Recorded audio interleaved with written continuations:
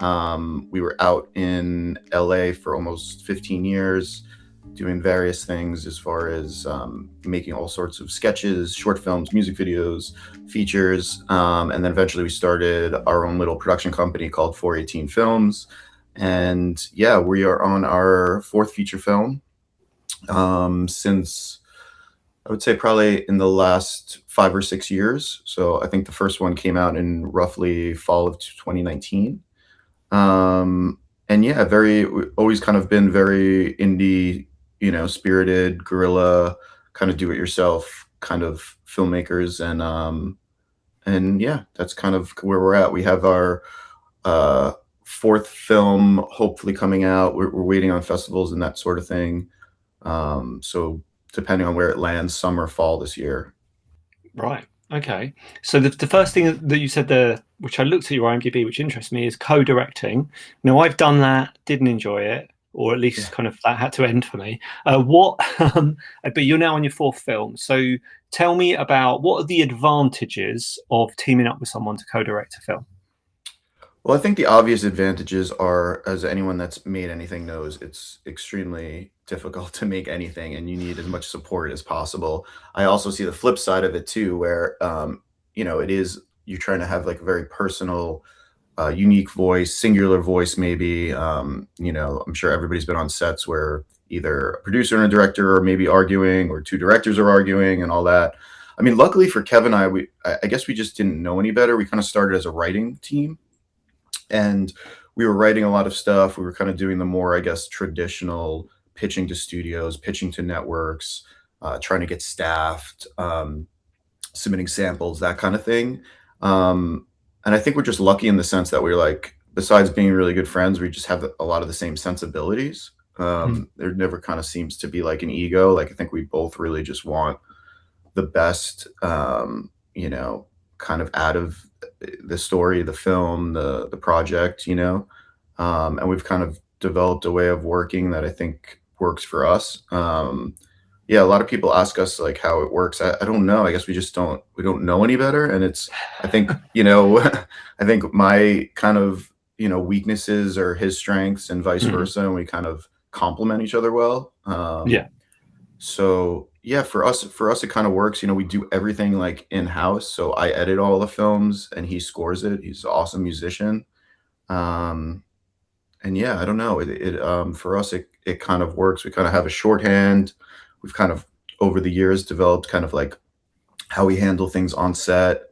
As far as not that we ever argue, but like who's kind of giving direction at any one time. We always kind Mhm. of powwow, and then one of us is kind of that voice to either the crew or the actors, to kind of make sure there's like a singular kind of thing and they're not getting confused or anything like contradictory.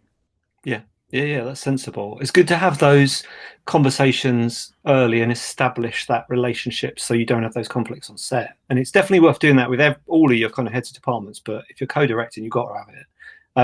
So the film we're going to talk about is maybe two films back for you. I think it's called Cheat. Is that right? Yeah, so it's actually one film back, came One film out back. 2023 roughly. Yeah, Um, and we premiered at Fright Fest in the UK. yeah. And so to give me the pitch for the film. What's it about?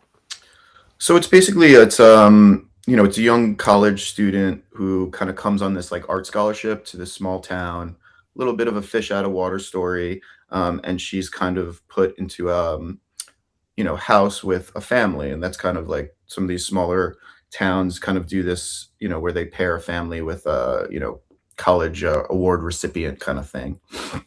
And basically the family that she's in has their own kind of grief and troubles. They had lost a daughter to suicide, or at least they think it's suicide, and the mother's kind of away in a rehabilitation center, and the dad's kind of trying to navigate um, really going on, and thinks that kind of housing this, and doing something good for the community is helping, and kind of does it replace this kind of maybe void or daughter presence in the house.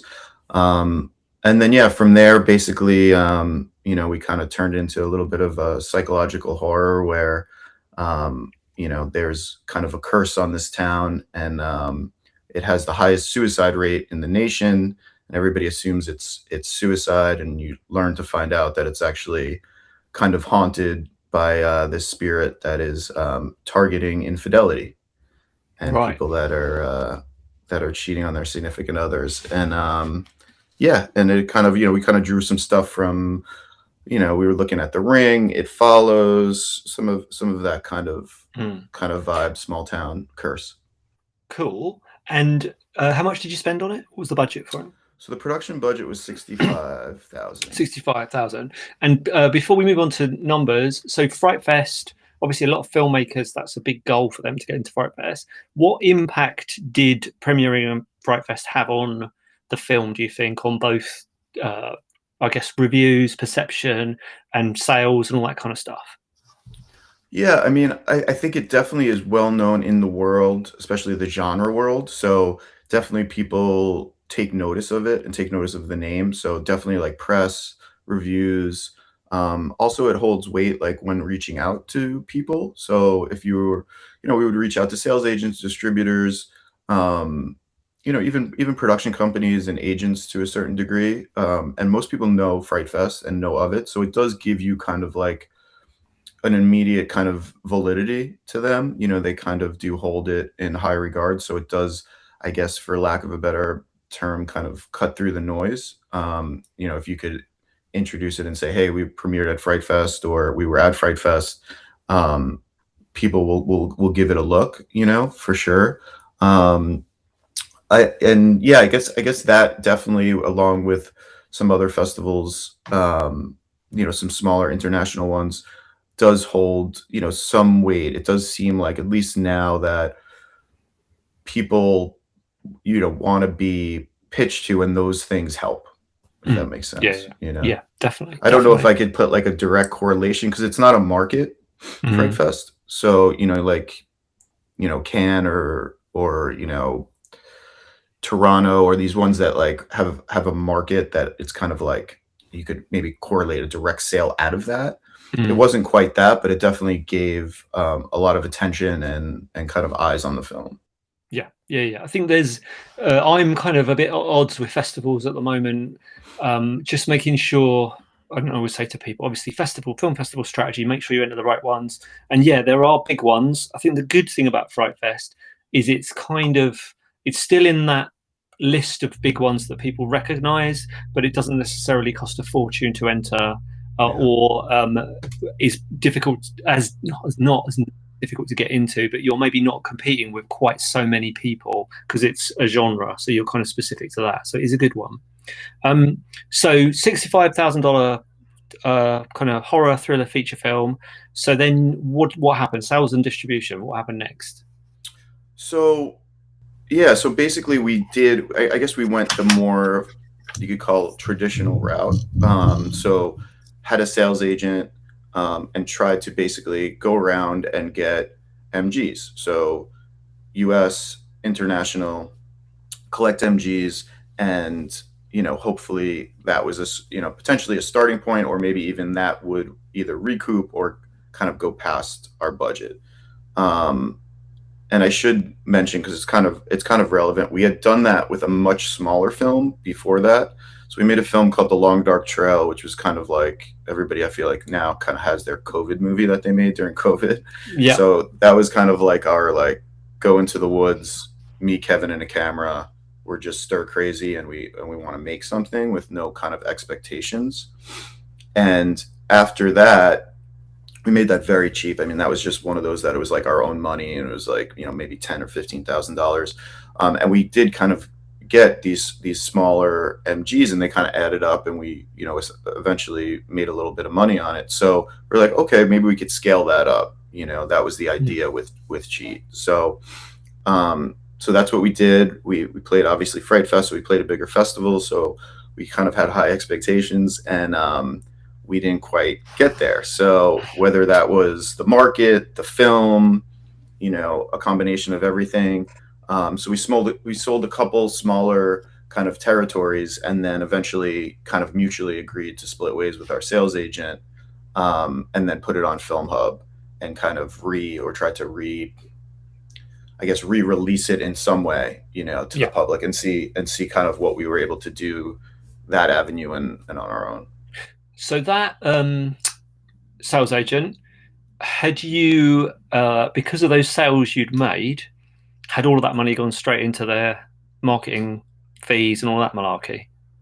For Cheat, or for the previous film? For cheat, let's say cheat.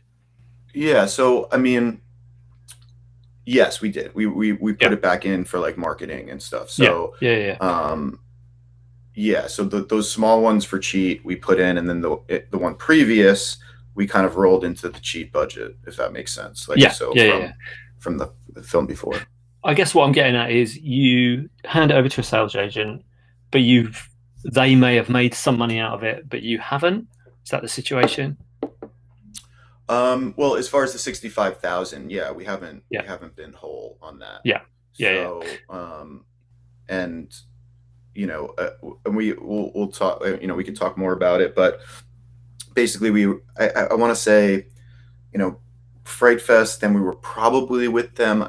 Let's call it about a year mm-hmm. before we kind of said, okay, maybe this isn't working. Let's kind of go, and then another year. So you're talking, um, 2 years maybe after the premiere that we kind of re-released it. So Yeah, I think that maybe also plays into it a little bit as far as numbers and stuff. yeah. And Um, it's interesting you've left that relationship. So when you left, because a lot of people do, they get into these contracts with sales agents, and potentially it might be difficult to get out of it. It sounds like it wasn't an acrimonious split. Was it just kind of like everyone's happy, or did you have to sort of go, no, I'm out? yeah, I mean, I don't know if I could say everybody was happy, but Yeah, we, we pleasantly persistent, I would say. yeah, We yeah, we were kind of like, look, like we both had expectations for this. You had expectations, we had expectations. They clearly weren't met. Obviously we could agree to disagree. And to their credit, they let us out. So mm, some people wouldn't. Some mm, people might hold you to that, and just say screw you. So I do appreciate them doing that. And I just at that time too felt like there was this shift, um, from other filmmakers also saying that these deals were just getting the offers were getting worse and worse. yeah, So we kind of we're like, we want to try, and we think we can maybe do it better this way. yeah, That's kind of how yeah, it yeah. came. Absolutely. So then, so now we're on to Film Hub. So how has that been for you? Your overall experience, and can you give me some kind of top line amounts of how you've done? Yeah, so I mean, I'll say that,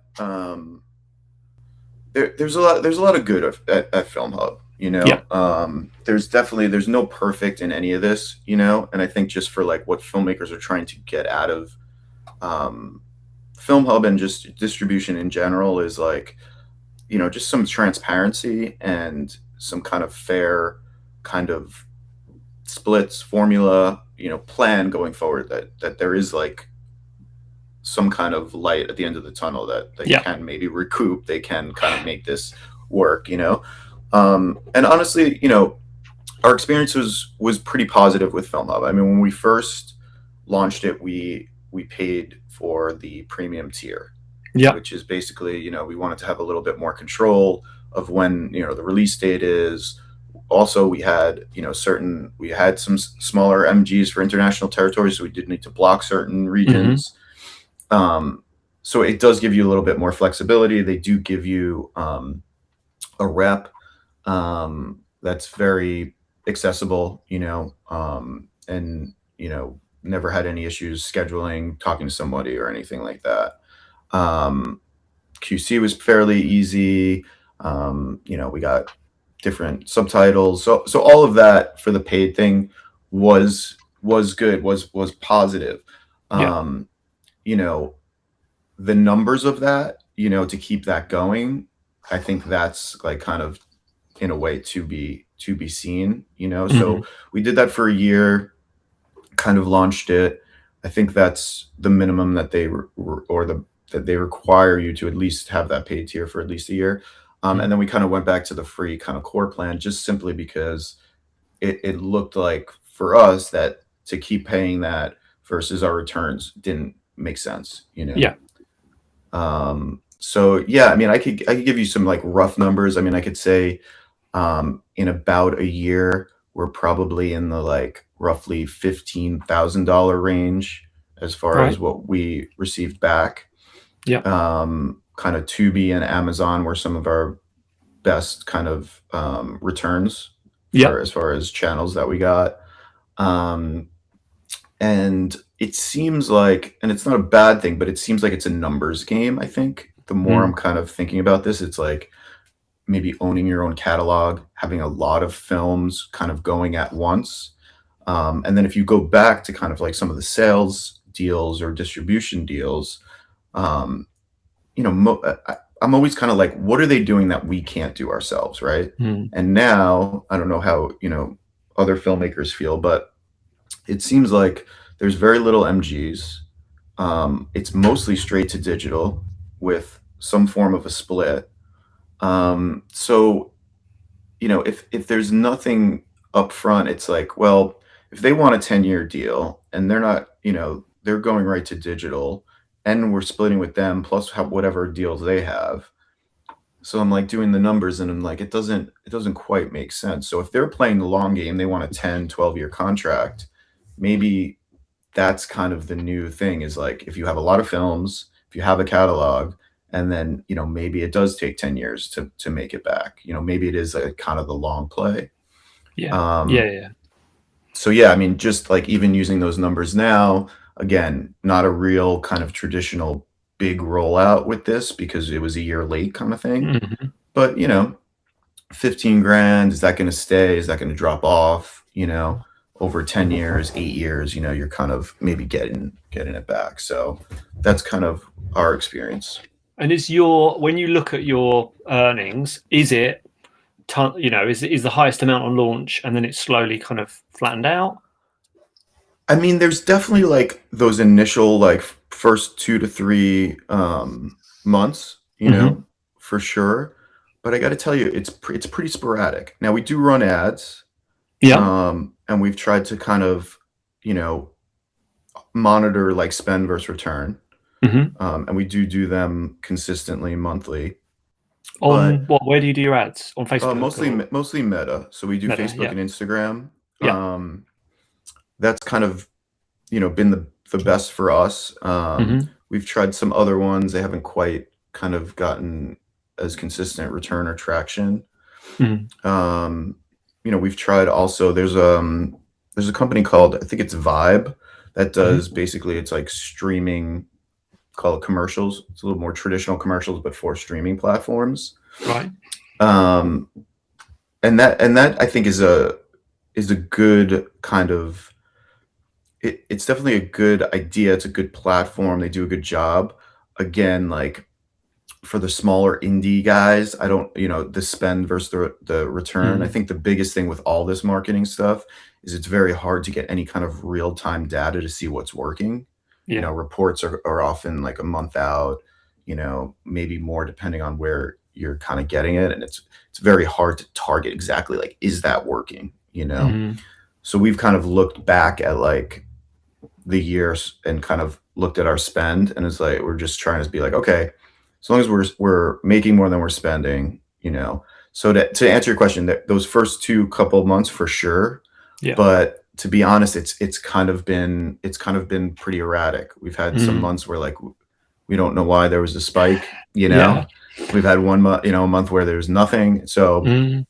it's a little harder to navigate than some of the other, kind of data driven sites that YouTube, for example, as far Yeah. as the analytics you're getting.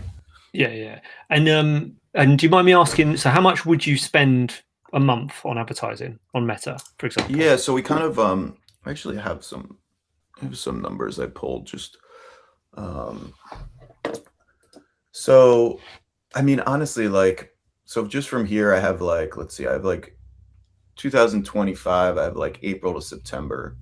And we spent anywhere from, you know, $250 to, you know, $50 Right. um, Okay. per month. You know, I some one year is like 170, and it's hard, man, because it's like you're trying to get that correlation of like, oh, you know, more spend, more return, right? Mm, And vice versa. And it's interesting, you know, like there's months we spent $40 and did better than months that we spent 250, you yeah. know? So, Yeah. How are but yeah, we you? try to keep it somewhat small. Right. And how are you? Are you targeting? How targeted are you? Are you like horror audience, men 14, 18 to 44? What's your kind of? Do you profile Yeah. them? So we started like a little bit more targeted. Like when we Mhm. first started, like you know, we tried to, you know, gather some stuff like, you know, and that's the other thing is that platform and those algorithms change so frequently. And Yeah. even Meta itself as an ad, you know, kind of service changes so quickly and frequently. So it's, you know, you're trying to keep up with all that. So I think we started first like more targeted, like you said. So like horror, psychological, thriller, you know, leaning a little bit towards men, a little bit younger. Um, and then it kind of as it progressed, things changed a little bit. And just from like trying to talk to people and look at stuff online, they said actually people are getting better results letting, you know, Meta do its thing with its own Mm, audience targeting. Like that info that it kind of pulls is a little more probably sophisticated than what you're doing manually targeting. mhm. So, you know, I would say for half, maybe a little more than half of the last year, we've kind of leaned into letting, you know, kind of from the targeting standpoint, Meta kind of do its thing. Yeah. And then we'll break them up into uh, platform ad sets. Yeah. So we'll target each platform so we could kind of see at least platform wise what's Mm, kind of getting a little bit of traction, and that kind of gives us a little bit more transparency on the numbers coming back. yeah. And is that just you're going Amazon and Tubi? Are those your main targets or? Those are our main targets. I mean, we also did Apple, you know, at launch. Mhm. We did you know, Roku, and it's just it's a lot of trial and error, you know. So you're Mm, trying to you know, spread it out and kind of see what's coming back to you as far as return. But yeah, as it's gone on, it seems like you know, YouTube. I mean, sorry, not YouTube. Tubi and Amazon have been the biggest kind of earners for us. yeah. And is it? I'm assuming it's Tubi's at the top, then Amazon. Would you say? You know, at the moment, yes, but early on, Amazon was a close second, to be honest with Mm, you. mm, Um, and that's kind of, you know, so when you go, you know, when you switch back to the free or core plan, they kind of give you, you know, your dashboard is like the past 6 months. mm. There is a way to go into statements and see like the numbers, but they're more kind of like how they come in like almost a spreadsheet. So like Yeah. by day, so it's a lot of smaller amounts that you're trying to like kind of add up. But um, so like the last, let's just call it the last 6 months or so, it seems like Tubi is definitely a little bit more, but early on it was very close, to be honest. Mm, And mm. I'm not sure quite why that changed or dropped off, you know? But yeah, maybe were you selling the film on Amazon to start with? Because I imagine you get more from that, would you? Yeah. And is it now gone S- on to Prime or? it is, yeah. So we, you know, we started rent or buy, Mhm. the usual, you know, Amazon, Apple, and then before we like kind of turned on, you know, AVOD. Yeah. Um, but from what I remember, it wasn't like at that moment, like Mm. it dropped, you know? Yeah. So I don't know if it was a gradual maybe when people realized it was, you know, free with ads or something that's why it kind of dropped off or not. Again, it's like you're trying to make as much sense of the data as you can with what you have. Yeah. But I do remember it wasn't because we were, you know, thinking, okay, AVOD, it should, and for a decent amount after, it was still up there. So Mm. I'm not exactly sure why. Yeah. Yeah. It is pea soup, isn't it? Trying to look for all those. I mean, I bet you the only people who really know are that either the people at Tubi or like Netflix, obviously they've got a pretty good handle on their stats, but everyone Right. else is sort of in the dark or getting information through, like you say, trying to add up all those tiny little micro transactions to work out where it's all coming from. Um, so that's really interesting. So looking back on Cheat as a film, what do you think's the biggest lesson you learned from that? Whew. Well, I mean, from the distribution side or from So making give the me the. film Say or what. So give me the. First of all, let's do the making of the film. So what did you learn okay. from making the film? What's the biggest lesson? The biggest lesson from making the film is, I think especially now you could do a lot with a little. We shot the film in 12 days for $65,000. And, I think that was a lesson that there is a way to kind of make these at a certain quality and cheap.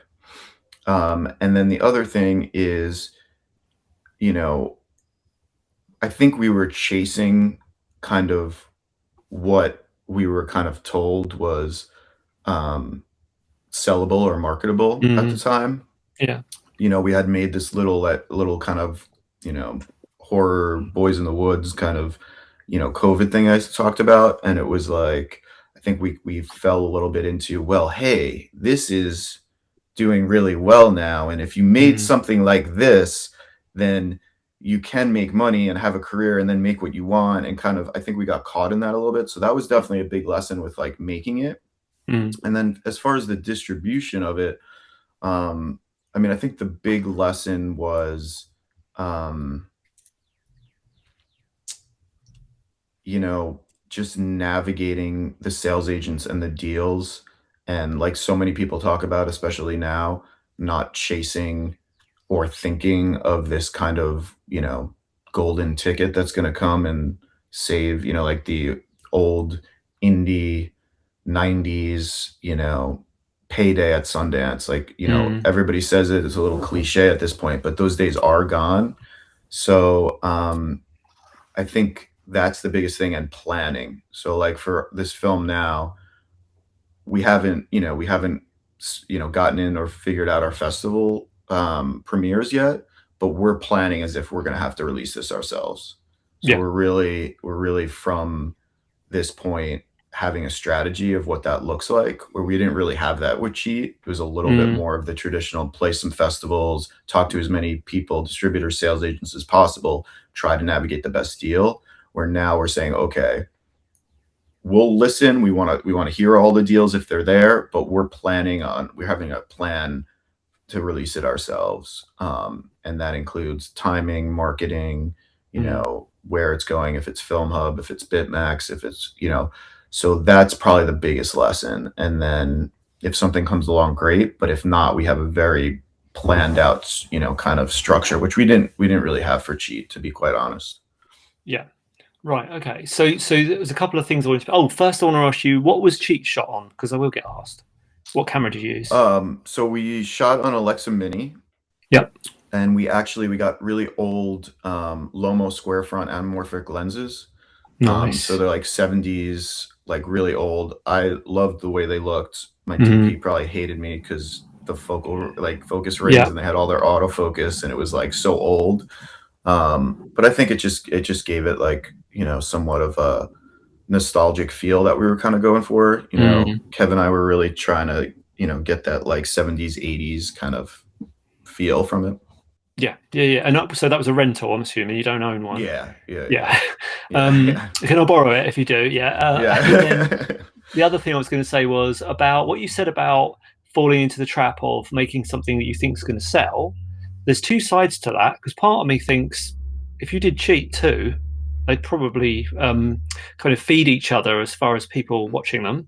But what I was interested to know was, so you saying the next film you're making now, have you kind of, is it right? We're not making something for anyone else, making it for us, or are you towing the line a little bit? What's your strategy there? Yeah, I mean, this one, to be quite honest, Kevin and I were like, fuck everybody. Let's make Yep. something. Let's make something that like we want to make, we want to see, we want to feel really good about. Mm, And we kind of went back to like, let's just make something fun. Like so this one is like 1970s crime thriller. It's kind of just like a fun, like adventure kind of movie. And it's genre for sure, but we kind of were like, let's just, let's do something for us, and that we feel really good about. And like, we're not trying to be something, we're not trying to like fit in a box. And you hear both sides of it, where it's like, well, you got to think about, you got to think about the audience, and you got to think about marketing before you even write the script, before you even shoot anything. And it just seems so antithetical to art. And that's why I kind of love, like, Rick Rubin is like the audience is last. I'm sure you've heard that. It's like very famous kind of, you know, interview kind of going around. But the point is, like, you have to make it with like as pure of intentions as possible and make the best thing. And then sure, then you could figure out how to market it and sell it. And that's what we tried to do with this one. We were just like, let's go back to the movies we love. Let's go back to something fun, you know, and we'll see how it does. But yeah, there is that temptation where it's like, oh, this works, do that, you Yeah, know. yeah, you do see a lot of that, and I've done that myself, or I've kind of lent towards that. I've lent the other way, where I've gone for something that I just completely love, but that is really hard to sell. Yeah. So yeah, I don't know where I'll end up next, but it is a bit of a art commerce struggle that does keep me up at night. It's so hard, man. It really, because it's like also like everything that I've learned from, studying and studying the craft and like all of that, it just seems it's the complete opposite of what's being fed to us now, you Mm, know, where it was about the work, it was about do good work, make, craftsmen making something, and now it's forget that, check all these boxes. So that mm, it's really hard. It's really hard to, but I think the hope is that by doing it on a lower budget, you know, that you're, hopefully kind of like minimizing your risk a little bit and still hopefully creatively, fulfilled. And then the audience will, hopefully see that, appreciate that in some way.